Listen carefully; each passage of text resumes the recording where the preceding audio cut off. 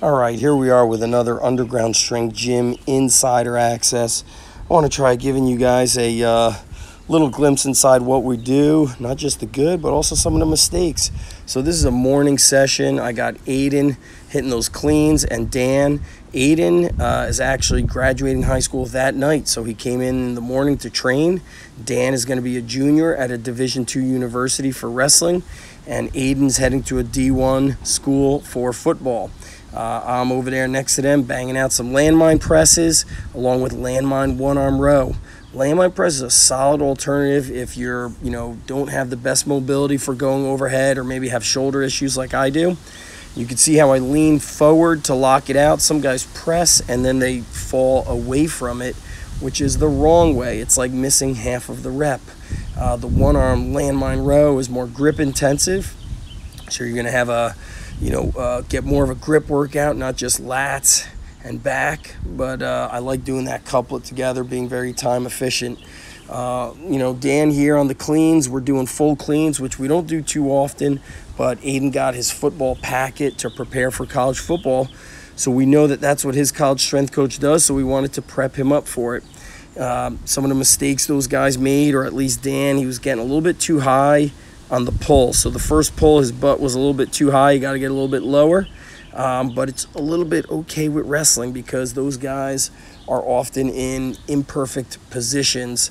So as long as they're tight and they're not in a dangerous position, we're getting them stronger and really prepped for the uncertainties of sports such as wrestling and football. Banging out some banded chest flies here. I utilize these as a warm-up. I utilize them as a superset, sometimes with another pull, sometimes with another press. Sometimes I do more of a pressing motion with them, but for speed. So you could use it to get blood flow. You could use it to stretch the pecs and shoulders out. There's a lot of different ways to use it. You could see that pull, Dan, was a little bit too high in the butt. Get the butt down and chest tall, and that was at 185. Got the train going by. That's where we're located, right outside the Manasquan train station. So sometimes the kids got to go out back and throw up. I always tell them, watch the train. Aiden getting low, got to get lower. Drop that butt a little more, elbows a little bit higher, and we're doing cleans coupled with hurdle jumps, broad jumps, weighted squat jumps, mixing it up. I look at Aiden, and 5 years ago, this kid was like 80 pounds, 82 pounds. Now we see him at like 180, 175. It just blows my mind. The kid doubled in size. Right now we're on the 1 rep of the bench press. They went 5, 4, 3, 2, 1. I told Aiden, keep your hands on it super light. That is called the touch system. That was an article written in the early 70s by Bill Peanuts West. You can see touch just a little bit.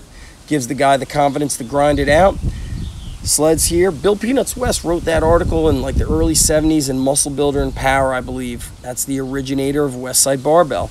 I was doing that stuff when I was bodybuilding in the 90s, and I would, spot a guy when he was squatting. I put my hands on his chest when I see him grind, and I'd say, you got this, 3 more. And just touching the bar, touching the chest gives the athlete the confidence to finish and grind. But I don't like to do forced reps with athletes. We're not bodybuilders. You start getting into that, danger zone.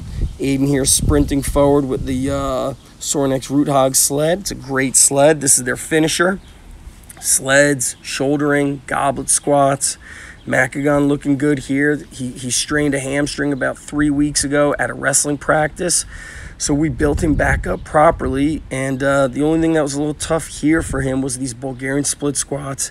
He went a little bit quick, a little bit high. You're going to notice I want his top thigh a little bit lower. Get a little more of a stretch. But here and there you sacrifice a little bit of a technique to amplify the intensity. It's not very often, but you got to do it sometimes. And now you're going to see Aiden doing a slower eccentric. That's my setup for the floor press on the T-grip bar. Slow eccentric split squats. See, Aiden's the kind of kid, and here and there you get these kids, especially my college athletes, you train them, you give them a framework, but then you give them flexibility to do some of their own, to be creative, you want a kid to have the autonomy and the individual knowledge to say, you know what, my legs are feeling a little weak, I want to squat today. Okay, let's do it, baby. A little bit of a holistic approach. There's our little finishers, a quick snapshot. Here's the shouldering. We use sandbags and the heavy sand balls. So we use a variety of training tools for shouldering.